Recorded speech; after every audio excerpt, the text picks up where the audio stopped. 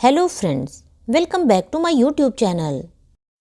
आजकल इंडिया के काफ़ी स्टेट्स में स्पेशल इंटेंसिव रिवीजन यानी कि एसआईआर का काम चल रहा है।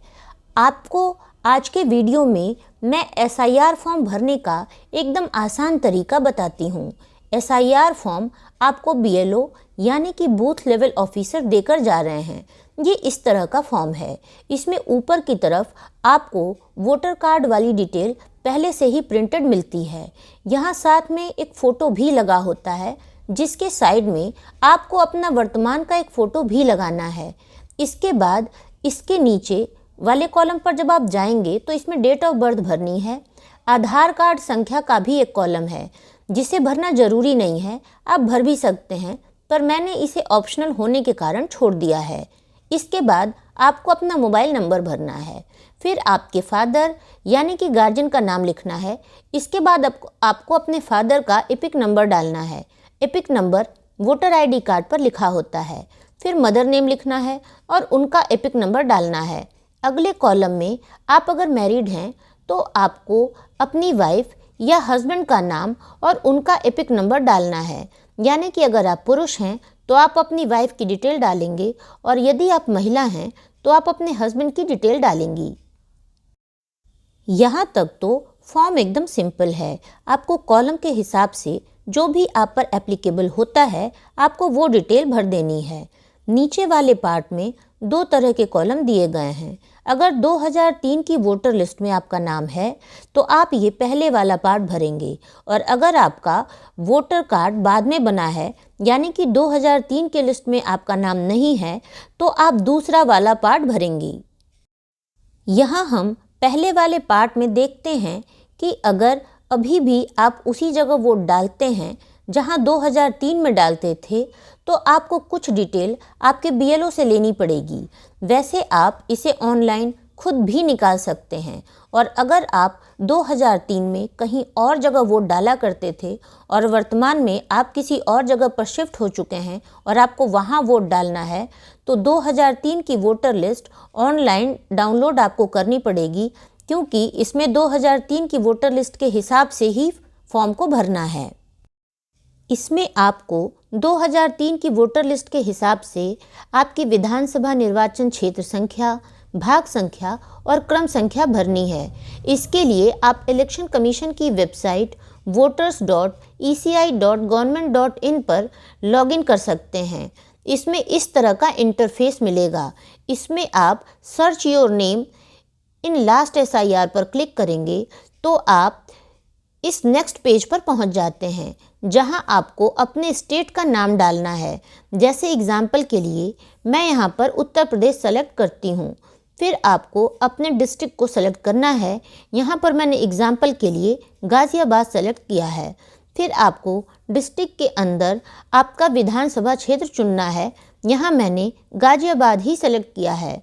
इसके बाद आपको अपने पोलिंग बूथ का नाम सेलेक्ट करना है। यहाँ पर मैंने आपके समझने के लिए रैंडमली एक पोलिंग बूथ का नाम सेलेक्ट किया है। इसे क्लिक करते ही आप उस विधानसभा क्षेत्र के उस पोलिंग बूथ की वोटर लिस्ट को देख सकते हैं और डाउनलोड भी कर सकते हैं। ये आपकी 2003 की वोटर लिस्ट आ गई है। यहाँ से आपको विधानसभा क्षेत्र की संख्या निकालनी है। जैसे यहाँ पर 372 है। फिर भाग संख्या लिखनी है, जैसे यहाँ पर 42 है। फिर आपको क्रम संख्या के लिए अपना नाम वोटर लिस्ट में देखना है। फॉर एग्ज़ाम्पल आपके समझने के लिए मैंने रैंडमली एक नाम सेलेक्ट किया है। इसमें नाम के आगे सबसे पहले क्रम संख्या है, यानी कि आपका नाम किस सीरियल नंबर पर है। आपको यही संख्या अपने फॉर्म पर भी डालनी है। इस लिस्ट को आप डाउनलोड करना चाहें तो डाउनलोड भी कर सकते हैं। इसके अलावा इलेक्शन कमीशन की वेबसाइट पर आपको इतने सारे ऑप्शन भी मिल जाते हैं। इसमें बीएलओ को कॉल कर सकते हैं, वोटर आईडी डाउनलोड कर सकते हैं, और आप अपना वोटर लिस्ट भी यहाँ पर सर्च कर सकते हैं। इसमें आपको अपना एपिक नंबर डालना पड़ेगा। फिर अपना स्टेट सेलेक्ट करना है। फिर कैप्चा कोड एंटर करना है। इसमें आपकी सारी डिटेल निकल आती है, पर इसमें क्रम संख्या कभी कभी डिफरेंट भी आ सकती है, इसीलिए मैंने वोटर लिस्ट डाउनलोड करके ही डिटेल फिल की थी। इस पार्ट में आप अपना नाम डालेंगे, फिर यहाँ आपको 2003 की वोटर आईडी वाला ही एपिक नंबर डालना है। अगर आपका वोटर आईडी सेम है तो ठीक है, वरना आपको 2003 वाला वोटर लिस्ट का ही एपिक नंबर डालना है। नीचे आप अपने पिता का नाम डालेंगे और फिर अपना संबंध यानी कि पिता लिखेंगे। फिर उस समय आपका डिस्ट्रिक्ट क्या था, स्टेट क्या था वो लिखेंगे। फिर विधानसभा क्षेत्र का नाम लिखेंगे। फिर विधानसभा क्षेत्र निर्वाचन संख्या, भाग संख्या और क्रम संख्या अपने 2003 की वोटर लिस्ट के हिसाब से देखकर लिखेंगे, जो कि मैंने आपको अभी बताई है। अब दूसरे कॉलम में जाते हैं। जैसे कि मेरे साथ भी था, मेरा नाम भी 2003 की वोटर लिस्ट में नहीं था, तो आप इस दूसरे कॉलम में यहाँ अपने पिता का नाम लिखेंगे, फिर उनका वही एपिक नंबर लिखेंगे जो 2003 के लिस्ट में उनका था। और आपको पता नहीं हो तो उसे सर्च करने का तरीका भी मैंने आपको बताया है। फिर आप यहाँ अपने दादाजी का नाम लिखेंगे और यहाँ इसके संबंध में पिता लिखेंगे। फिर जिले का नाम लिखेंगे, राज्य का नाम लिखेंगे।